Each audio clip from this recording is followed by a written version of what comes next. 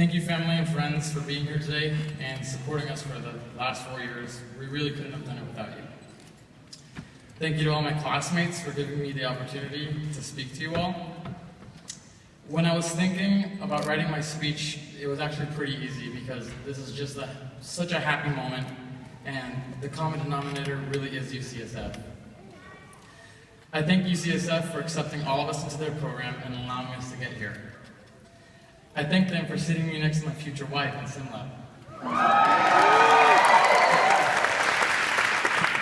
I thank them for letting me be here for 2 Giants World Series. We have all made some of the best relationships in our lives while at UCSF, while they've been friends, patients, faculty, or staff. A very dear friend of Ashley and I that we made here, Mark Caskey, gave me a few words of wisdom recently. Mark told me that everything in life revolves around the relationships we make, how we preserve these relationships, and where we choose to take them. It's these relationships that create the everlasting memories that make our past relevant. Keep all of this in mind as I remind everybody about the aspects of UCSF that we have all become accustomed to that we will miss very much. So for starters, you're now going to have to print your own coupons because Abe's not going to be able to send them to our emails. You're going to have to hire an IT person because Ruben and Scott aren't going to be around anymore.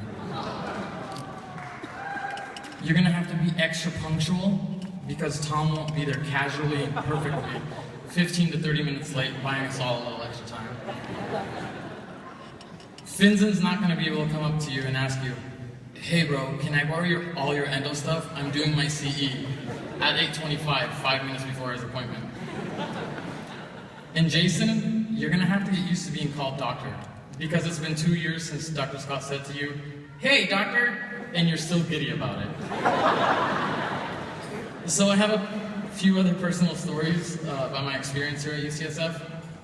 So the first one is when I walked into SimLab my very first year, first day of clinic, with basketball shorts, a Giants cap, t-shirt, and my white coat unbuttoned. I saw Dr. Graham up at the front. He was the first faculty there, so I casually went up to him and I said, "Should I go get my tools?" And he looked down at me right above the rim of his glasses and he goes, "We don't use tools in dentistry. We use instruments. You use tools to work on cars and build houses. So you can grab your instruments whenever you please." So I said, "Okay," and I laughed a little bit and I went and got my instruments. Fast forwarding a couple of years while on the clinic floor, I had a really quick question. So without thinking, I found the closest green gown. And for those of you that don't know the hierarchy of UCSF Dental Clinic, green gown equals authority and Axiom swipe card. And blue gown equals lost and looking for an Axiom swipe card. So I started to ask Dr. White a question, and before I could even start, he puts his hand on my shoulder and says, "Put your doctor hat on and think with your doctor brain. It's in there."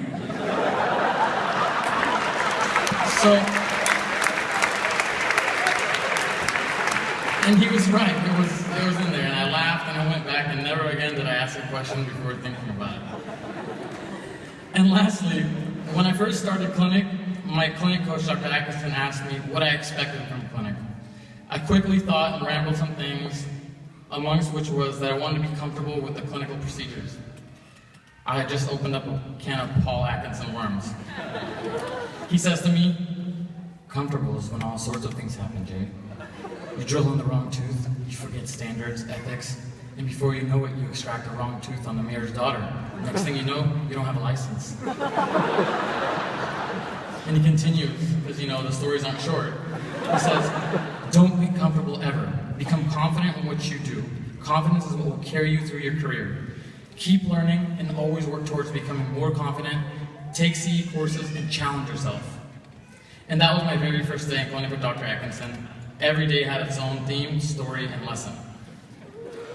So I can go on and on about stories like this at UCSF, because this is what UCSF has been for me.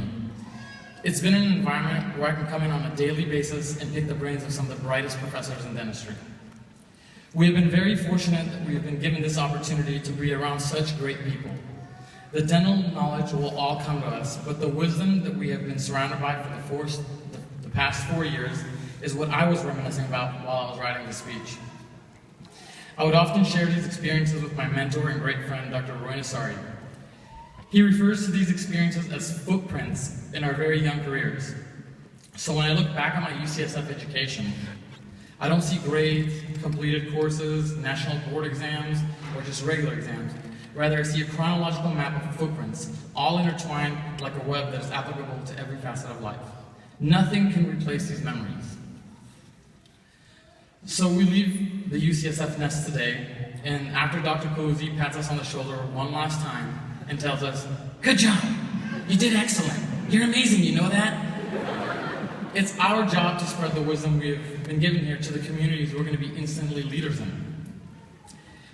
As we graduate today, not as 1401, 1402, or whatever number you were given, but as the class of 2014, try and look around and think deeply of the footprints left in your career by anyone here at UCSF.